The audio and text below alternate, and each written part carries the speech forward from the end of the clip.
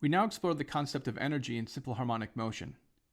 Consider a horizontal spring initially stretched by amount x0 from its unstrained position and then allowed to contract to a final position xf. There is a force and a displacement, so the question is, what is the work done by the spring during this process? We know that, in general, the work is equal to Fs cosine theta, where theta is the angle between the force and the displacement. In this case, they are in the same direction, so theta equals 0 and cosine theta equals 1. The work then is equal to F times S. The magnitude of the restoring force of the spring is equal to K times X, which means that it is variable, and we have to take care to account for this. The displacement S equals x0 minus xf. Since the force is linearly proportional to the displacement x, we can account for the variable force by using its average value over the displacement range x0 minus xf. The average force over this range is given by F average equals 1/2 kx0 minus kxf.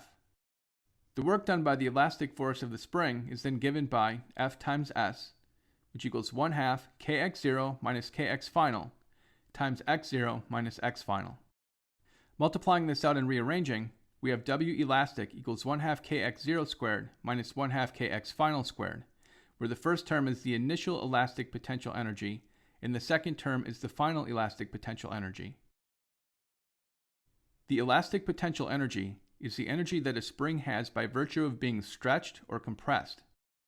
For an ideal spring that has a spring constant K and is stretched by an amount x relative to its unstrained length, the elastic potential energy is 1/2 kx squared. We can now add elastic potential energy to the many other types of potential energies that can be used in problems that utilize the conservation of total mechanical energy. Consider, for instance, a mass hanging from a vertical spring. The spring has some unstrained length when the mass is not connected.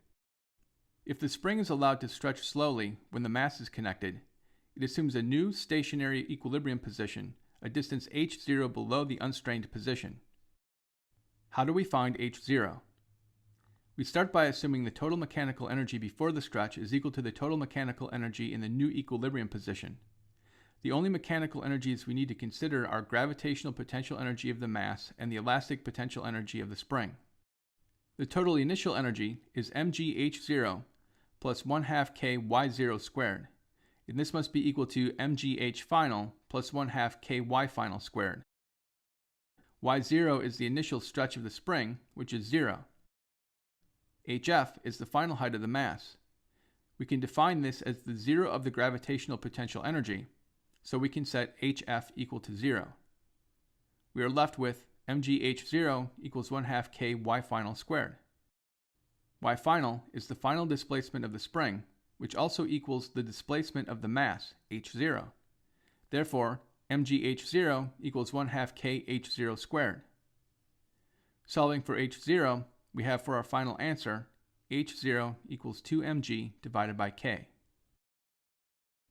In summary, we have found that the elastic potential energy of a spring of spring constant K displaced at distance x from its unstrained length is given by PE elastic equals 1/2 kx squared. This new potential energy can be used to solve problems in which the total mechanical energy is conserved.